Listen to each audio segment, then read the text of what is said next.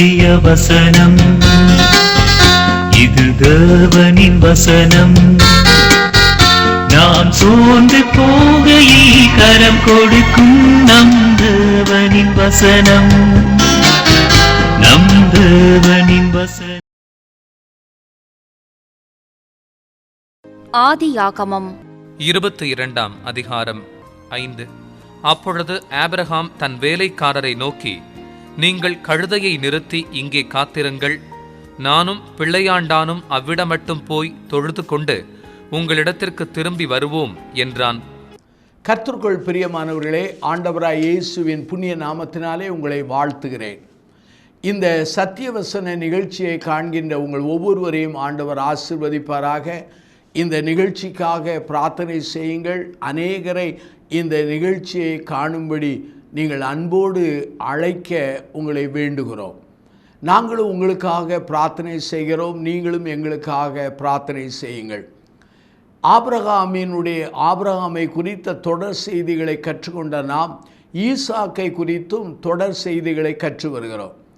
கடந்த செய்தியிலே ஈசாக்குக்கு வேதாமத்திலே சொல்லப்பட்ட 7 பேர்களை நாம் விவரமாய் சிந்திக்க ஆண்டவர் உதவி செய்தார். இந்த 2வது செய்தியிலே இந்த ஈசாக்கின் பங்களிப்பை குறித்து நான் சொல்கிறேன். ஈசாக்கின் பங்களிப்பு என்றால் என்ன? ஆபிரகாமை ஒரு நாள் கர்த்தர் அழைத்தார். நான் காண்பிக்கிற மலையில் கொண்டு போய் உன் மகனை பலியிடு என்று சொன்னார். ஆகவே தன்னுடைய 2 வேலைக்காரர்களோடு தன் மகனோடு அவர் பயணம் செய்கிறார். அதிகாலமே எழும்பி பயணம் செய்கிறார்.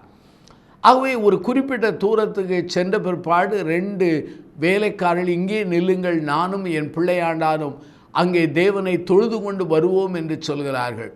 பிளக்கப்பட்ட கட்டை இருக்கிறது, நெருப்பு இருக்கிறது, கத்தி இருக்கிறது. ஆபிரகாமும் ஈசாக்கும் அங்கே கடந்து போகிறார்கள். ஆபிரகாமின் வாழ்க்கையிலே ஒரு உன்னதமான ஒரு பரீட்சை, அதாவது சூப்பர் டெஸ்ட் என்று சொல்லலாம். ஆனால் இந்த பரீட்சையிலே ஆபிரகாம் ஜெயங்கொண்டார். ஆனால் அந்த ஜெயங்கொள்ளுகிற அந்த சூழ்நிலையிலே இந்த ஈசாக்கின் பங்களிப்பு மிக முக்கியமானது என்பதை நான் கருதுகிறேன். இதை ஆதியாகமம் 22 அதிகாரம் 1 நீங்கள் 19 வாக்கியங்களை நீங்கள் வாசிக்கலாம். ஆபிரகாம் யார்? தேவனுடைய மனிதன், தேவனுடைய சிநேகிதன். அப்படிப்பட்ட ஒரு மனிதனுக்கு ஆண்டவர் ஒரு விசேஷித்த பரீட்சை வைக்கிறார். இந்த பரீட்சை என்ன? ஒரு அன்பின் பரீட்சை. அதாவது ஆண்டவர் மேல் இவன் அதிக அன்பு வைத்திருக்கிறானா, நீண்ட காலம் கழித்து பெற்றெடுத்த தன் பிள்ளையாண்டார் மேலே அன்பு வைத்திருக்கிறானா என்று சொல்லி ஒரு அன்பின் பரீட்சையை வைக்கிறார். ஆனால் அந்த பரீட்சையிலே ஆபிரகாம் ஜெயங்கொண்டார்.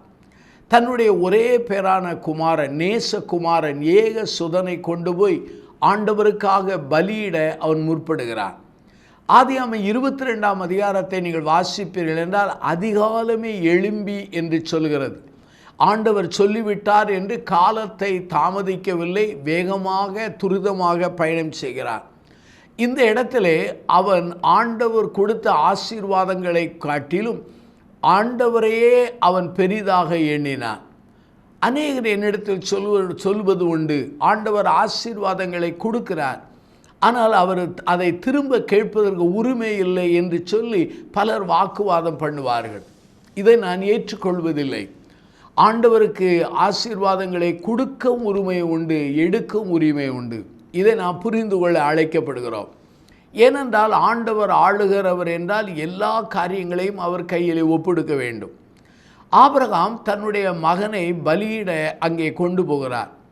இந்த உண்மை ஆபிரகாமின் மனைவியாகிய சாராளுக்கும் தெரிந்திருக்க வாய்ப்பில்லை. அதே போல ஆபிரகாமோடு பயணித்த 2 வேலைக்காரர்களுக்கு தெரிந்து கொள்ள வாய்ப்பில்லை. ஆபிரகாமின் ஒரே மகனான இந்த அருமையான ஈசாக்குக்கும் தெரிந்து கொள்ள வாய்ப்பில்லை.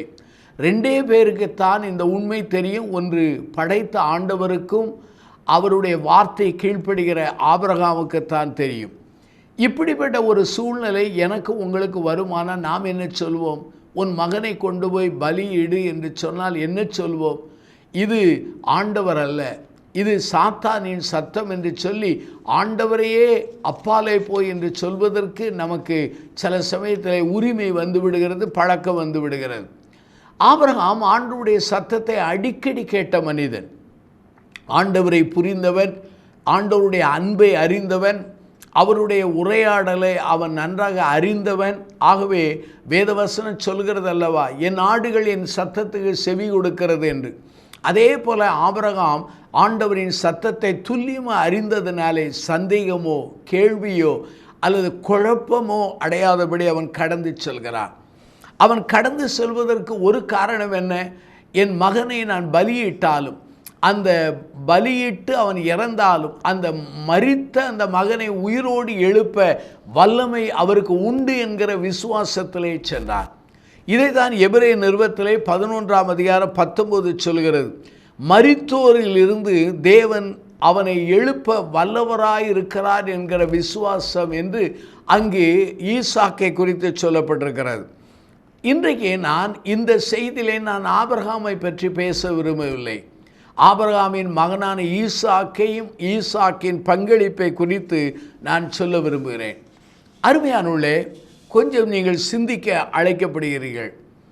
இந்த ஈசாக்கு எந்த இடத்திலுமே தன் தகப்பனோடு முரண்பட்டதாக, கோபப்பட்டதாக, சண்டை போட்டதாக அங்கு சொல்லப்படவில்லை.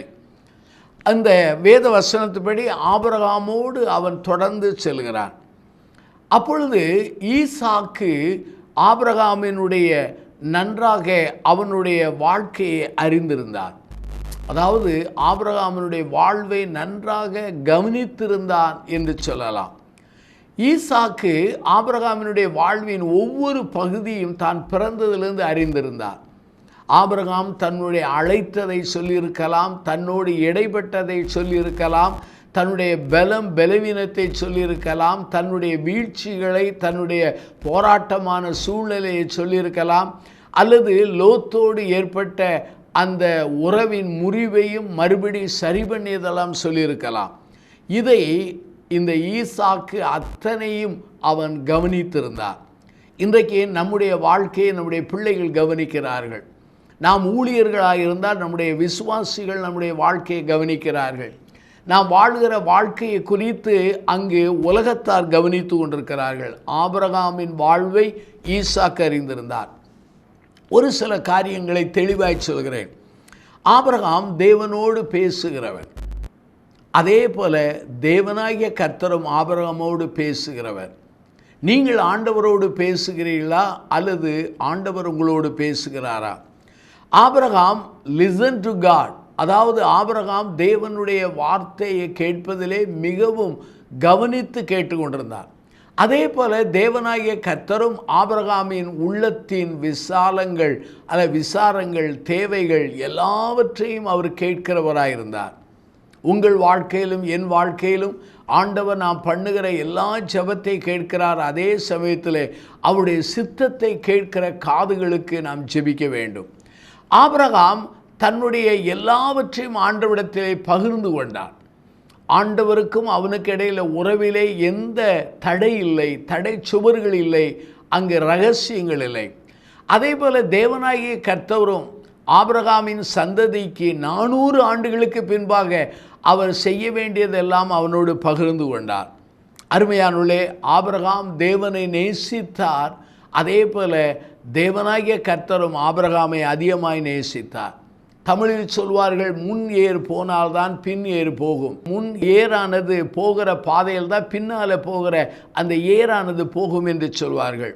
ஆகவே நம்முடைய பெற்றோரின் அடிச்சுவடுகளிலே, ஊழியர்களுடைய அடிச்சுவடுகளிலே, ஏன் நம்முடைய ஆண்டவராகிய இயேசுவின் அடிச்சுவடுகளிலே நாம் வாழ்வதற்கு நாம் அழைக்கப்படுகிறோம். அருமையானுடைய இரண்டாவதாக இந்த ஆபிரகாம் என்ன செய்தார்? தன் தகப்பனுடைய அங்கே ரைச்சஸ்னஸ், அதாவது அவருடைய நீதிமான் வாழ்க்கையை அவர் நன்றாக அறிந்திருந்தார். இன்னும் சொல்ல வேண்டும் என்றால் அவருடைய பக்தியின் வாழ்க்கையை அறிந்திருந்தார். ஆபிரகாமனுடைய பக்தி, அவனுடைய நீதியின் வாழ்வு, அவனுடைய விசுவாச தன்மை, ஆண்டவருக்கு அவன் செய்கிற எல்லா காரியங்களையும் அறிந்திருந்தார். நம்முடைய வாழ்க்கையை இந்த உலகத்திலே அநேகருக்கு நடமாடுகிற சாட்சியாக காணப்பட வேண்டும். ஆபிரகாமினுடைய மகனான ஈசாக்கு என்ன செய்தான்? ஆபிரகாமினுடைய அந்த வெளிப்படுத்தலை அறிந்திருந்தார். அதாவது தேவனாய் கர்த்தர் ஆபிரகாமுக்கு சொன்ன வெளிப்படுத்தல்களை எல்லாம் அல்லது அவனுக்கு சொன்ன வழிநடத்தல் எல்லாம் அறிந்திருந்தார். ஏனென்று சொன்னால், ஒருவேளை ஆபிரகாம் இந்த காரியங்களை ஈசாக்குக்கு பகிர்ந்திருக்கலாம். ஆகவே ஈசாக்கு ஆபிரகாமோடு தேவன் பேசின எல்லா வெளிப்படுத்தல்களையும் உரையாடலையும் அறிந்திருக்கலாம். நம்முடைய பிள்ளைகளுக்கு ஆண்டவர் நம்மோடு இடைப்பட்டதை, வெளிப்படுத்தியதை அல்லது திருமறையிலிருந்து கற்றுக்கொண்டதை மற்றவர்களுக்கு நாம் பகிர்ந்து கொள்கிறோமா? இது மிக முக்கியமான ஒரு காரியம். இங்கு வேதவசனம் சொல்கிறது, வேலைக்காரர்களை நிறுத்தின பிற்பாடு 2 பேரும் அங்கே கடந்து போகிறார்கள். ஈசாக்கினுடைய தோளிலே அங்கே கட்டைகள் இருந்தது, தகப்பன் கையிலே கத்தியும் அங்கே நெருப்பும் இருந்தது. அங்கே வேதவசனம் தமிழ் வேதாமத்திலே அழகாக சொல்லப்பட்டிருக்கிறது. ஆதியாகமம் 22:6 அவர்கள் இருவரும் கூடி போனார்கள். ஆங்கிலத்திலே சொல்லப்பட்டிருக்கிறது as the two of them went on together என்று சொல்லப்பட்டிருக்கிறது. ஒருமித்து போனார்கள். அவர்கள் நடந்து செல்கிற பாதையிலே எந்த ஒரு முரண்பாடோ அல்லது எந்த ஒரு இடையூறோ அங்கு காணப்படாமல் அங்கே கடந்து போனார்கள். அருமையானவர்களே, அப்பொழுது ஈசாக்கு தன் தகப்பனை பார்த்து ஒரு கேள்வி கேட்கிறான். இதோ பலிபீடத்துக்குரிய கட்டைகள், பிளக்கப்பட்ட கட்டைகள் இருக்கிறது, நெருப்பு இருக்கிறது, கத்தி இருக்கிறது, ஆனால் தகன பலிக்கு ஆட்டுக்குட்டி எங்கே என்று கேட்டான். இதை ஆதியாகமம் 22:1 வாக்கியங்களை வாசிக்க முடிகிறது. இந்த ஆதியாகமம் 22:1 வாக்கியங்களை நீங்கள் வாசித்தால் ஈசாக்கின் உரையாடல் இந்த பகுதியில் இந்த ஒன்று தான், வேறு எந்த உரையாடலும் இல்லை. இந்த ஒரே ஒரு உரையாடல் தான் காணப்பட்டது. ஈசாக்கு கேட்கிறான், எல்லாம் இருக்கிறது, கட்டை இருக்கிறது, கத்தி இருக்கிறது, நெருப்பு இருக்கிறது, ஆட்டுக்குட்டி எங்கே என்று சொன்னான். ஆகவே ஆராதனை பலிபீடத்துக்குரிய எல்லா அறிவு இந்த ஈசாக்கு இருந்திருக்கக்கூடும் என்று நான் எண்ணுகிறேன். அப்பொழுது அங்கே ஆபிரகாம் சொல்கிறார், அங்கே கர்த்தர் பார்த்து கொள்வார் என்று சொல்கிறார். அங்கே அந்த ஆண்டவர் குறித்த இடம் வருகிறது. பலிபீடம் கட்டுகிறார், அதிலே கட்டையை வைக்கிறான். பிறகு தன்னுடைய மகனை கட்டி அதிலே படுக்க வைக்கிறான். இப்பொழுதுதான் ஈசாக்குக்கு புரிந்து கொள்கிற முடிகிறது, உண்மையாகவே அந்த ஆட்டுக்குட்டி தான், வேறு யாரும் இல்லை என்பதை புரிந்து கொண்டான். இப்பொழுது ஆபிரகாம் தன்னுடைய கத்தியை எடுத்து அவனை தகன பலிக்காக கொல்ல முற்படும் போது தேவனுடைய சத்தம் வானத்திலிருந்து வருகிறது, ஆபிரகாமே, உன் பிள்ளையாண்டார் மேல் கை போடாதே என்று சொல்லி தடுக்கிறார். அப்பொழுது ஆண்டவர் ஆபிரகாமோடு பேசுகிறார். பேசி தன் சித்தத்தை குறித்து சொல்கிறார், அவனை குறித்த நல்ல சாட்சியை சொல்கிறார். அருமையானவர்களே, இந்த இடத்திலே அங்கே ஈசாக்கு, அங்கே அவனுடைய நிலைமையை நான் பின்னாலே சொல்ல விரும்புகிறேன். ஈசாக்குக்கு இப்போதுதான் புரிந்து கொண்டது அந்த தகன பலிக்குரிய ஆட்டுக்குட்டி இதுதான் என்று. அருமையானவர்களே, இந்த ஈசாக்கு இருந்த இடத்துல நானும் நீங்கள் இருந்தால் என்ன செய்திருப்போம்? இவரெல்லாம் ஒரு தகப்பனா என்று சொல்லி கூட நாம் விசனப்பட்டிருப்போம். அல்லாவிட்டால் சரியாய் மாட்டிக்கொண்டோமே என்று சொல்லி புலம்பியிருப்போம். கைகளும் கால்களும் கட்டப்பட்டிருக்கிறதே, தப்ப வழியில்லை என்று சொல்லி அழுதிருப்போம், அல்லது தகப்பனை திட்டி இருப்போம். ஆனால் வேதாமத்திலே ஆதியாகமம் 22 நீங்கள் பார்த்தால் எந்த ஒரு காரியமும் அங்கு பதிவு செய்யப்படவில்லை. ஒரு ஈசாக்கினுடைய தாயாகிய சாராள் நகைத்தது கூட சொல்லப்பட்டிருக்கிறது. சிலருடைய முக நாடி மாறுபடுகிறதை கூட வேதாமத்திலே பதிவு செய்யப்பட்டிருக்கிறது. ஆனால் அந்த ஆதியாகமம் 22:1-19 வாசித்தால் அந்த பலிபீடத்திலே கட்டப்பட்டு அங்கே தகன பலிக்குரிய ஆடு போல அவன் படுக்கப்பட்டிருக்கும் பொழுது அவன் எப்படி நடந்து கொண்டான் என்பது திருமறையிலே எழுதப்படவில்லை. ஆனால் அவன் ஏதாவது நடந்து கொண்டால் அதை நிச்சயமாகவே ஆவியானவர் எழுதியிருப்பார். ஏனென்றால் ஆவியானவர் சத்தியம் உள்ள ஆவியானவர், மறைக்கிற ஆண்டவர் அல்ல, அல்லது பொய் சொல்லுகிற தெய்வம் அல்ல. நான் சில குறிப்புகளை சொல்கிறேன். இந்த இடத்துல ஈசாக்கு ஆபிரகாமை எதிர்க்கவில்லை, அவன் அர்ப்பணித்தான். இன்றைக்கி பெற்றோர்கள் ஏதாவது ஒன்றை சொல்லும்போது பிள்ளைகள் போடுகிற சண்டைகள், முரண்பாடான வாக்குவாதங்கள், கலவரங்கள், இதையெல்லாம் பார்க்கும்போது வேதனையாக இருக்கிறது. ஆனால் ஆபிரகாம் தன் மகனையே பலியிட ஒப்பெடுக்கும்போது இந்த ஈசாக்கு எதிர்த்ததாக வசனம் இல்லை, அவன் அர்ப்பணித்தான். ரெண்டாவது, ஈசாக்கு இளம் வயது நிறைந்த ஒரு வாலிபன். ஆனால் ஆபிரகாம் யார் தெரியுமா? வயது முதிர்ந்தவன். இந்த அருமையான ஈசாக்கு பிறக்கும் பொழுது ஆபிரகாமுக்கு வயது 100. அப்படியானால் இப்போது ஆபிரகாமுக்கு இன்னும் நீண்ட வயதாக இருக்கக்கூடும். இந்த வயதான காலங்களிலே இந்த ஈசாக்கு தன்னுடைய வாலிப பலத்தை பயன்படுத்தி தன் தகப்பனை எதிர்த்து தாக்கி தப்பி ஓடி இருக்கிறான். ஆனால் ஈசாக்கு அப்படி செய்யவில்லை. மூன்றாவதாக, இந்த தன் ஜீவன் போகும் பொழுது, தன் ஜீவனை ஒருவன் பறிக்க முற்படும் பொழுது, அந்த மறைக்க போகிற மனிதன் முழு பலத்தோடு எதிர்த்து தன் ஜீவன் தப்ப ஓடுவான். தன்னை கொல்ல விரும்புகிறவனை கொல்ல முற்படுவான். இங்கே ஈசாக்கு தன் தகப்பனை அப்படி செய்யவில்லை. பின்னாட்களிலே ஈசாக்கு எந்த இடத்திலாவது தன் தகப்பன் செய்த அந்த காரியத்தை அவன் அவகீர்த்தியாக சொன்னதாக வசனமும் இல்லை. அப்படியானால் இந்த ஆபிரகாமினுடைய உன்னத பலியிலே அல்லது உன்னத நிலையிலே அல்லது உன்னத அந்த பரீட்சையிலே ஈசாக்கின் பங்கு மிக முக்கியமான பங்கு. இதுதான் உண்மையாகவே அது உன்னதமான ஒரு பண்பாக ஈசாக்கிடத்திலே பார்க்க முடிகிறது. அவை ஈசாக்கினுடைய பங்களிப்பு இந்த ஆபிரகாமின் பலியிடுவதிலே மிகுந்த சிறந்த பங்களிப்பாக அது காணப்பட்டது. அப்பொழுது ஆண்டவர் ஆபிரகாம் பார்த்து சொல்கிறார், உன் பிள்ளையாண்டான் மேல் கை போடாதே என்று சொல்லிவிட்டு அவனை தேவனுக்கு பயப்படுகிறவன் என்று சொல்லி அவனை மெச்சிக் கொள்கிறார். கண்ணீரிட்டு பார்க்கிறான். ஒரு முட்புதரிலே ஆட்டுக்கிடாய் இருந்தது. தன் குமாரனுக்கு பதிலாக அந்த ஆட்டுக்கிடாவை பலியிட்டு விட்டு தொழுது கொண்டு திரும்பி வருகிறார்கள். அருமையான என் சகோதர சகோதரிகளே, இந்த ஈசாக்கு இருந்த இடத்துல நானும் நீங்களும் இந்த செய்தியை கேட்ட மக்களும் இருந்தால் எப்படி நடந்திருப்பீர்கள்? எப்படி பேசியிருப்பீர்கள்? எப்படி உங்கள் சிந்தை காணப்பட்டிருக்கும்? அல்லது உங்கள் அந்த ஆபிரகாமை போல இருக்கிற உங்கள் வாழ்க்கையிலே செயல்பட்டவர்களை எப்படி நீங்கள் அணுகியிருப்பீர்கள்? இதை சிந்திக்க அழைக்கப்படுகிறீர்கள். எப்படி அங்கே வாய் திறவாத ஒரு ஆட்டுக்குட்டியை போல நம்முடைய தெய்வமாகிய இயேசு இருந்தாரோ, ஏசாயா 53:7 சொல்லப்படுகிறதோ, அதே போல இந்த ஈசாக்கு இருந்தார். ஆகவே தான் வேதவசனம் சொல்கிறது, நம்முடைய ஆண்டவர் எவ்வாறு சிலுவையிலே மரித்தார், 3ஆம் நாள் உயிரோடு எழுந்தார். ஆனால் இவனுடைய நிலை என்ன?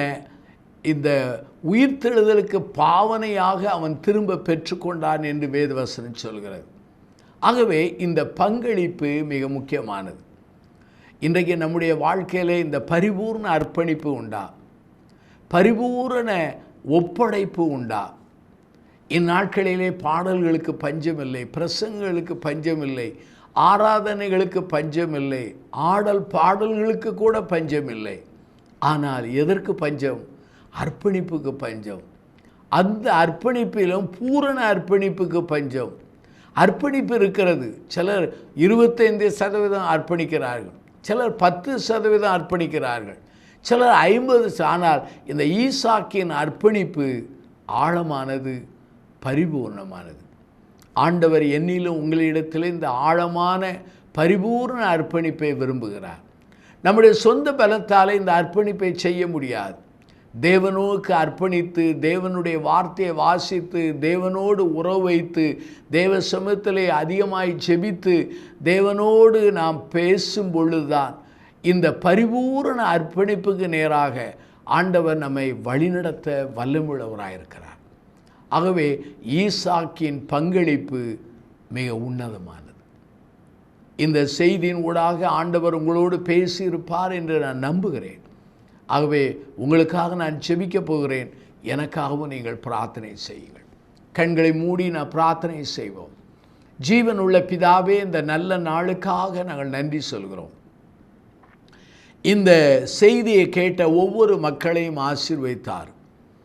ஈசாக்கின் செயல்பாடுகள் எங்களுக்கு தெரியாது சுவாமி. ஆனால் வேத வசனத்தின் அடிப்படையிலே ஆண்டவரே தியானித்து ஆண்டவரே நாங்கள் இதை கற்றுக்கொண்டோம். ஆண்டவரே இந்த நிலைப்பாடை எங்களுக்கு தாரும். ஈசாக்கினுடைய அந்த பரிபூர்ண அர்ப்பணிப்பும் பெற்றோர்களுக்கு கீழ்ப்படுகிற அந்த தன்மையும் எங்களுக்கு தாரும். நாங்கள் ஆண்டவருக்கென்று பூரணமாய் கீழ்ப்படியவும் அர்ப்பணிக்கவும் எங்களுடைய முதிர்ந்தவர்களுக்கு நாங்கள் கீழ்ப்படுகிற அந்த பண்பை தாரும். ஆண்டவரே, உம்முடைய கிருபை எங்களோடு கூட இருக்கட்டும். ஆண்டவரே, அர்ப்பணித்த மக்களை ஒரு நாள் நீ கைவிட போவதில்லை. எங்களை நீ கைவிட மாட்டீர் என்று நம்புகிறோம். இந்த செய்தியை கேட்டு அர்ப்பணித்த மக்கள் ஒவ்வொருவரையும் ஆசீர்வதியும், அவருடைய குடும்பத்தாரையும் ஆசீர்வதியும். இயேசுவின் திரு நாமத்தினாலே தாழ்த்தி ஜெபிக்கிறோம் ஜீவனுள்ள பிதாவே.